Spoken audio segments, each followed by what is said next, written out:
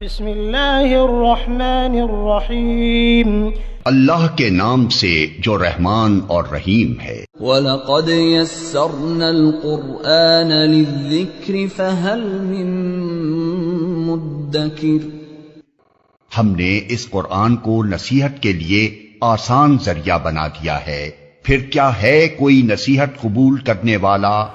مگر خشوع وہ کیفیت ہے جو دل کے اندر دب جانے کی کیفیت ہے، وہ حیات نفس ہے۔ امام قرطبی فرماتے ہیں الخشوع حیات فی النفس یظہر منها فی الجوارح سکون و تواضع، نفس کے اندر کی وہ کیفیت جس کے ذریعے سے ظاہری اعضاء پر ایک تواضع اور سکون کی کیفیت نمودار ہو جائے۔ اور قتادہ سے مروی کیا ہے، الخشوع فی القلب هو الخوف وغض البصر فی الصلاۃ، نماز میں آنکھوں کا جھک جانا اور اندر خوف، یہ بھی وہی مضمون ہے۔ قرآن مجید میں اس کی نسبت کبھی دل کی طرف ہوئی ہے، کبھی آنکھوں کی طرف ہوئی ہے، کبھی زمین کی طرف ہوئی ہے۔ سورہ انبیاء میں وَكَانُوا لَنَا خَاشِعِينَ کی آیت کے ذیل میں ہم نے خشوع کی کچھ تفصیل بیان کی تھی۔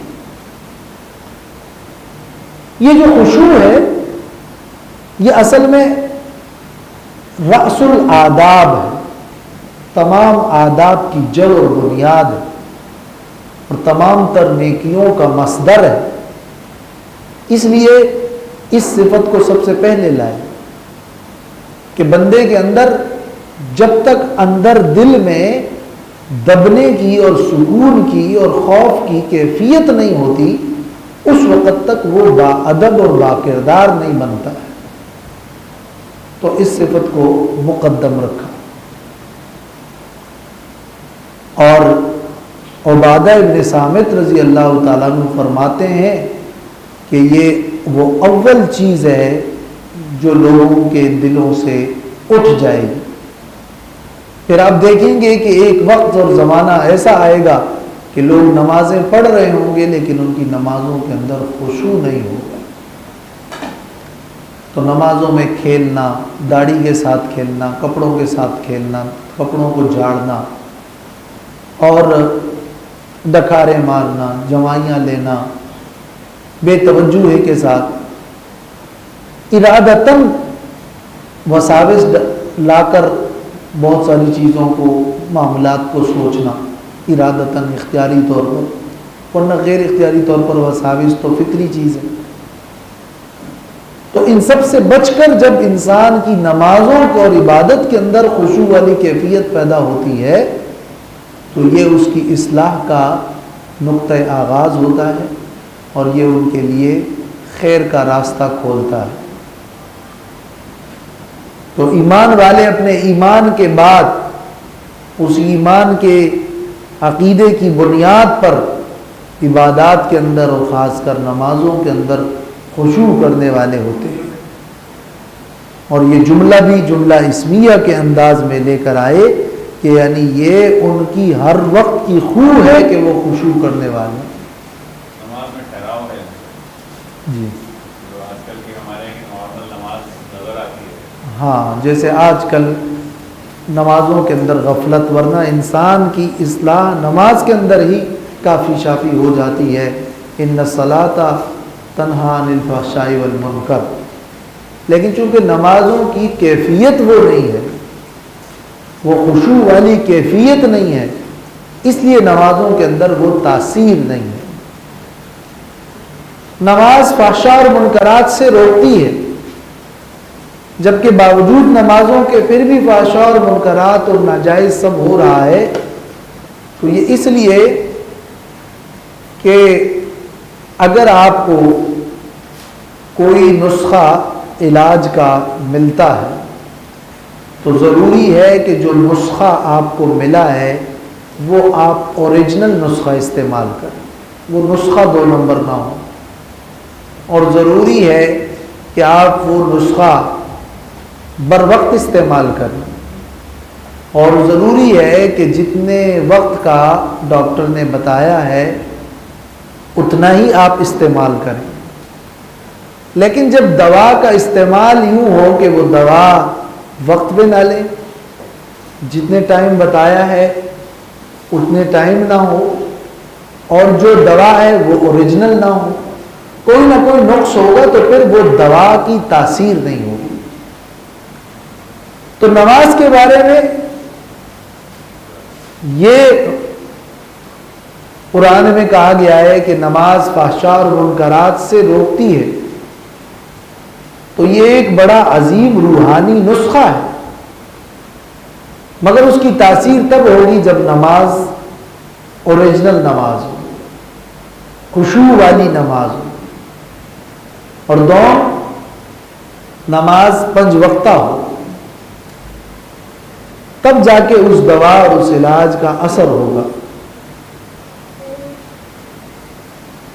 اب یہ خشوع نمازوں کے اندر کیسے پیدا ہو، اس کے لیے توجہ ضروری ہے، اس کے لیے صحیح وضو ضروری ہے. آپ دیکھتے ہیں کہ جب ایک بندہ بالکل طہارت کے ساتھ صاف ستھرا آ کر عبادت میں لگتا ہے تو اس وقت ان کی عبادت کے اندر کیفیت دوسری ہوتی ہے. تو کامل طہارت کے ساتھ نماز پڑھنا، پھر نماز پڑھتے ہوئے جو آپ پڑھ رہے ہیں اس کے معنی اور مفہوم کو سمجھ کر پڑھنا. کم از کم یہ سمجھ کر پڑھنا کہ اللہ سب سے بڑا ہے، اللہ اکبر اللہ اکبر. اس پہ بھی انسان اگر غور کرے، پھر وہ جب نماز میں کھڑا ہے تو اپنے ایمان کی قوت کے ساتھ کھڑا ہے کہ میں اللہ کا حکم ہے اور اللہ عظیم الشان ذات کے اس حکم کی تعمیل میں کھڑا ہوں. پھر وہ یہ خیال کریں کہ شاید یہ میری زندگی کی آخری نماز ہو. پھر وہ یہ خیال کریں کہ میں کھڑے ہو کر جس زمین کی طرف دیکھ رہا ہوں اسی زمین سے میں پیدا ہوا ہوں اور اسی میں جانا ہے. تو اس قسم کے توجہ کے ساتھ الفاظ کو سمجھ کر پڑھنے کے ساتھ سکون کے ساتھ جب وہ اپنی نمازیں پڑھتا ہے تو وہ اصلاح کا ذریعہ بھی بنتی ہے اور نمازوں کے اندر خشوع کی کیفیت پیدا ہوتی ہے. والذین هم عن اللغو معرضون، اور یہ وہ لوگ ہیں جو لغو سے، بےہودہ کاموں سے، بےہودہ باتوں سے معرضون، اعراض کرنے والے ہیں. امام راضی نے تفسیر کبیر میں لکھا ہے کہ الاعراض عن اللغو من متممات الصلاۃ، لغو اور بےہودہ کاموں سے بچنا اور اعراض کرنا یہ نماز کے متممات میں سے ہے، یعنی اس سے نماز پوری ہوتی ہے. یہ نماز کے بعد اس کا ذکر آ جانا کہ وہ لغو و لہو نہیں کرتے، یعنی وہ نمازوں میں اور کارآمد کاموں میں اتنے مشغول ہیں کہ ان کے پاس فضول اور لایانی اور بیکار کاموں کے لیے وقت نہیں ہے. یہ وہ لوگ ہیں جو سنجیدہ اور بامقصد اور باذوق زندگی گزارتے ہیں. کامیاب وہ لوگ نہیں ہیں جو اپنا وقت ضائع کرتے ہیں. کامیاب لوگ وہ نہیں ہیں جو لایانی اور بے فائدہ کام کرتے ہیں. وہ لوگ کامیاب نہیں ہوتے جو فضولیات میں وقت صرف کرتے ہیں، بلکہ وہ بےہودہ کاموں سے، ناجائز کاموں سے اعراض کرتے ہیں. یہ لغو اور بےہودہ کام جو ہے وہ شرک بھی ہے، گناہ بھی ہے، اور کچھ وہ مباح کام بھی ہیں جو لایانی ہیں. درجات کا فرق تو ہے، لیکن اس لغو میں شرک بھی داخل ہے، جھوٹ بھی داخل ہے، گالی گلوچ بھی داخل ہے، اور اس کے اندر وہ فضول اور لایانی امور اور کام بھی داخل ہے جن کا کوئی دینی دنیاوی فائدہ نہ ہو. ایک بڑا جامع لفظ ہے. تفسیر زاد المسیر میں ہے کہ شغلہم الجد فیما امرہم اللہ بہ عن اللغو. اللہ نے جو حکم انہیں دیا ہے وہ اپنے اللہ کے حکم کی تعمیل میں ایسے مشغول ہیں کہ وہ لغو سے بچے ہوئے ہیں. اور معرضون کا جو لفظ ہے یہ بھی بڑا وسیع مفہوم رکھتا ہے، یعنی وہ کسی چیز کی طرف، کسی بھی لغو کی طرف توجہ ہی نہیں رکھتے، دور بھی رہتے ہیں لیکن اس طرف دھیان اور توجہ ہی نہیں ہے، اس لیے کہ ان کی زندگی بامقصد ہے. تو کامیاب لوگ وہ ہیں جو بامقصد زندگی گزارتے ہیں، جو فضولیات میں وقت صرف نہیں کرتے. والذین هم للزکاۃ فاعلون، اور یہ وہ لوگ ہیں جو کہ للزکاۃ تزکیہ فاعلون کرنے والے ہیں، جو تزکیہ کرنے والے ہیں. زکوٰۃ کا لفظ اصطلاح شریعت میں تو مال کے اس مخصوص مقدار کو کہا جاتا ہے جو سالانہ صاحب نصاب پر لازم و فرض ہے دینا. لیکن عربی لغت میں زکوٰۃ بمعنی پاکی، پاکیزگی اور نمو اور بڑھوتری.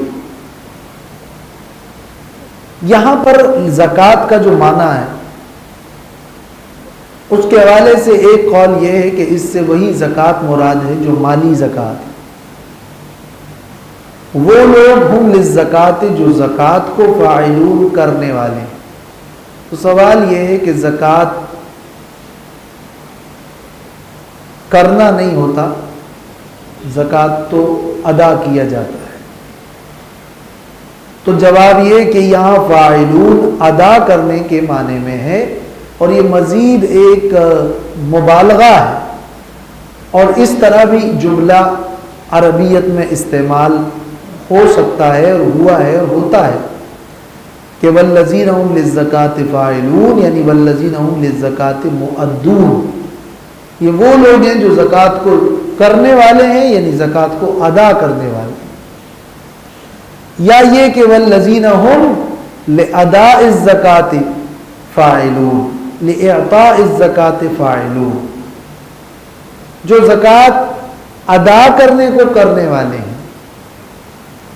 تو مضاف حذف کے ساتھ یہ جملہ درست ہے. اس پر ایک سوال یہ بھی ہے کہ یہ سورت مکی ہے اور زکوٰۃ فرض ہوئی مدنی دور میں، تو یہاں مکی دور میں والذین هم للزکاۃ فاعلون کے کہا جانا، اس سے مراد زکوٰۃ مالی نہیں ہے بلکہ اس سے تزکیہ نفس مراد. لیکن امام ابن کثیر نے اپنی تفسیر میں اور تفسیر ابن جریر نے بلکہ اصل میں لکھا ہے کہ زکوٰۃ کا نصاب اور مقدار وہ تو مدنی دور میں فرض ہوئی، لیکن نفس زکوٰۃ اور مالی طور پر زکوٰۃ کی ادائیگی اور اصل وجوب وہ مکی دور میں ہی ہوا ہے. اس لیے تو اقیموا الصلاۃ وآتوا الزکاۃ یہ مکی دور میں یہ آپ کو بہت ساری آیات میں ملتا ہے. سورہ مزمل میں اس کا ذکر ہے جو کہ بالکل ابتدائی صورتوں میں سے ہے. اس لیے یہ اعتراض تو اس پر نہیں کیا جا سکتا.